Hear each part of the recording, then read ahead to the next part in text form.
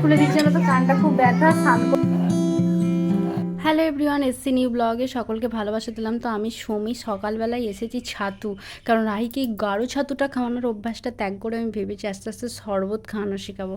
কারণ অল্প একটু লবণ আর একটু মিষ্টি না হলে আবার খেতে চাইছে না, তাই 5টা চিনি দেবো, দিয়ে এই জল জল টাইপের শরবতটা খেলে পেটটাও ভর্তি থাকে আর জলের পরিমাণটাও শরীরে যেন ঠিকঠাক যায়। তার জন্য ওকে 1 গ্লাস শরবত করে দিলাম।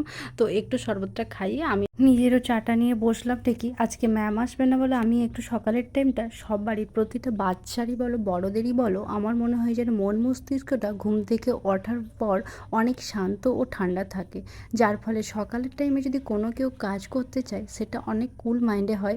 আর বাচ্চাদেরও যদি সকালের টাইমে পড়তে বসায় এক চমকেই সব পড়াটা হয়ে যায়, যেটা একটু বেলার সাথে সাথে ওদের খেলার দিকে মন চঞ্চলতাটা একটু বৃদ্ধি পায়। তার জন্য সকালের টাইমে ওকে খাইয়ে নিয়ে বসিয়েছি পড়াতে, কারণ ও আবার সাথে সাথে একটু চাও খাবে বলে বায়না করলো। শরবত খাওয়ানোর পরেও যেটা হয় খাবো, আর একটু হ্যান্ডরাইটিং করাচ্ছি আর একটু একটু প্র্যাকটিসও করাচ্ছি। যতই বারবার বাচ্চা ছেলে হোক না কেন, পড়াশোনা বারবার করলে বারবারই তো তাকে রিভিশন দিতে হয়।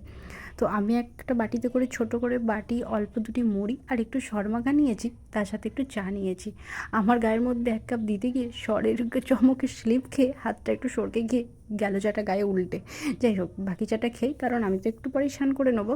ওর একটু এই মেঝেতে বসতেই পছন্দ হয়েছে, কারণ এর উপর আমি মাদুরি পেতেই পড়তে বসাই, কিন্তু বললো মামা আমার গরম লাগছে, তো আমাকে মাদুরি না পেতে এই মেঝেতেই বসাও। তো বাচ্চার সাথে যখন পড়াতে বসি বা বাচ্চার একটু কিছু কেমন ক্ষেত্রে কথা শুনলে তবেই বাচ্চার মনটা ঠান্ডা হয়। তাই ভালোবেসে আদর দিয়ে ওর কথাটার সাথে সাথে আমাকে তাল দিয়েই ওর কিছু পাওয়ার জন্য কিছু তো ত্যাগ করতেই হয়। তাই ওর কাছ থেকে কিছু পড়াশোনা আদায় করবো বলে আমি ভেবেছি ওর কথাই শুনে ওকে মেঝেতেই আমি বসলাম পড়তে। তাই পড়াতে পড়াতে আমিও একটু খাচ্ছি, সাথে সাথে ওকে বলছি বলে বলে পড়াটা কর, তাহলে তোর মনে থাকবে। যাই হোক, চলো সাথে থাকো তোমরা। তারপর আসবো সব ঝাঁটা মোছা দিতে, কারণ এই সকালের টাইমে 1 ঘন্টা একটু না বসালেই নয়। ম্যাম আসলে অতটা টেনশন থাকে না, তখন আমি ওপরে সকালেই চলে যাই। তো আজকে ভেবেছি ওকে একটু পড়ানোর পরেই তারপর আমি ঝাঁটা মোছাগুলো দিতে যাবো উপরে। আর তোমরা কিন্তু সাথে থাকো ব্লগের।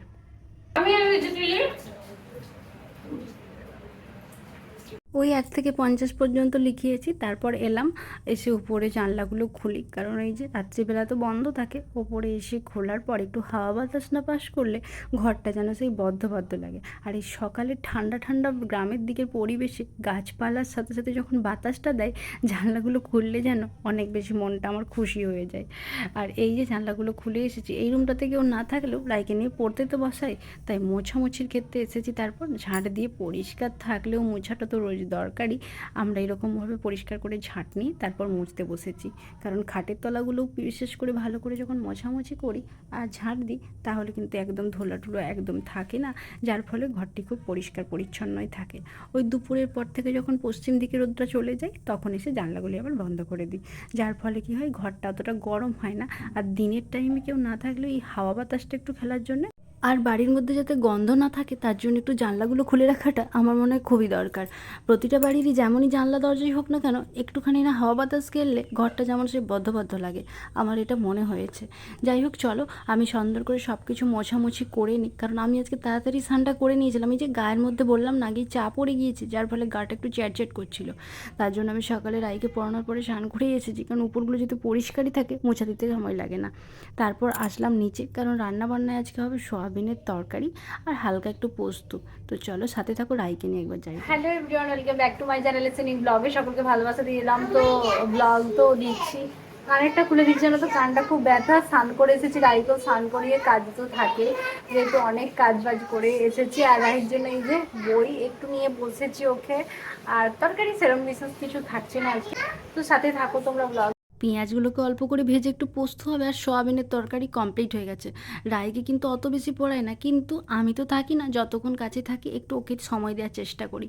ওই খেলা গল্প, কোনো সময় ছড়া বা এরকম করে কিছু খেলাধুলোর সাথে সাথে রুমের মধ্যে সময়টা কাটাই, না হলেই ধুলোবালি নিয়ে ফাঁকি ভীষণ খেলে সারাদিন, অবাধ্য হয়ে যায়। যাই হোক, এখানে একটু পোস্ত আবার জেঠিমারা দিয়ে গিয়েছে, আর আমাদের জন্য হচ্ছে পেঁয়াজ পোস্ত আর সোয়াবিনের তরকারি, আর মা গোল গোল করে আলু ভাজাও কেটেছিল। তো সব কিছু নিয়ে আমি আমার দুপুরের খাবারটা বেড়ে নিই। আর সাথে নিয়েছি একটা বাটিতে কিন্তু দইটা যে বসিয়ে রাখছি টক দই, সেটা কিন্তু স্বাস্থ্যের জন্য তো ভালোই। রাহি একদম খেতে চায় না টক দই, ওকে দুধ দিয়েই খাইয়েছিলাম। তারপর ওই থালাতেই অল্প করে ভাত নিয়ে নিয়েছি, দিয়ে আর তরকারি আর পোস্ত, সাথে একটু আলু ভাজা আর দইটা নিয়ে আমি আমার খাবারটা নিয়ে বসেছি। কারণ শাশুড়ি মা আজকে খাবে না, কারণ শাশুড়ি মার ছিল আজকে মঙ্গলবার। আর আমার শ্বশুরবাড়িতে এই যে জ্যৈষ্ঠী মাসের মঙ্গলবারগুলি, প্রতিটা মঙ্গলবারেই ভাত খায় না, যার ফলে মা করে বলে আর আমি আর করি না। আমি ওই নিরামিষ ভাতই খাওয়া দাওয়া করি, মানে ওই মাছ মাংস ডিমটা কিছু হয় না, সাথে টক দই আর এই তরকারি দিয়ে ভাতগুলি খেয়ে নিলাম। বিকালে রাহি বললাম আমি একটু কর্নফ্লেক্স খাবো না, আজকে কমপ্লান আর বিস্কুট দিয়েই দুধটা খাবো। তাই ওর জন্য ওকে দুধ দিলাম, আর দুধটা যথেষ্ট গাঢ় আর ওপর থেকে এত সুন্দর সর পড়েছে, ওই দুধটাই গ্লাসের মধ্যে একটু দিলাম, আর সাথে একটু কমপ্লান দিয়ে ডার্ক ফ্যান্টাসির যে কয়েকটা বিস্কুট ছিল ডার্ক কালারের, সেই বিস্কুটই ওকে 4টের মতো দেবো, ওটাই ও খেতে থাক। আর এই যে ওকে বলছি তুই এটা হাতে করে খেতে থাক। আর অনেকটা দুধ এখনও রয়েই গিয়েছিল, সেই দুধটা ঢেলে নিয়ে ভাবলাম দুধ মারা করে নিই, কারণ এই দুধের মধ্যে এত দুধ কে খাবে বলো, তার জন্য এই কড়াটাতে বসেছিলাম। বাকিটা ঢেলে নিয়ে আগের দিনের কিছু দুধ ছিল, সব মিলিয়ে একটু দুধের সন্দেশ বানাবো বলেই করে রেখেছি। তো দুধটা ততক্ষণ ফুটতে থাকে এই দিকের গ্যাসে, আর আমি এখানে চাটা বিকেলের জন্য নিয়ে বসি, চা খাবো। আর সাথে সাথে দুধটা একটু তো ফুটতে সময় লাগবে, তাই বাকিটা দুধ আর কিছু দুধটা দুধ কালকে ছিল, সব মিলিয়ে দুধের একটু সন্দেশ করে রেখে দেবো ভেবেছি। তো চলো দুধটা ফুটে কতটা হয় আমি তোমাদেরকে সেটাও দেখাবো। আমি একদমই এটা করতে চাই না, কারণ অনেকক্ষণ ধরে গ্যাস পড়ে, প্রায় 1 ঘন্টার মতো গ্যাস পড়ে যায় জানো তো, দুধের যখন আমি দুধ মারা করি। তো চলো সাথে থাকো তোমরা। শেষে দুধটা সব কিছু ফোটানোর পর এই যে আধ বাটির মতো বেরিয়েছে। তো চলো এটা রেখে ব্লগটা তাহলে এখানেই শেষ করছি। দেখা হবে পরের দিনের আবার নতুন একটি ব্লগে। তোমরা ততক্ষণ ভালো লাগলে চ্যানেলটিকে অবশ্যই সাবস্ক্রাইব করো। গুড নাইট সকলকে।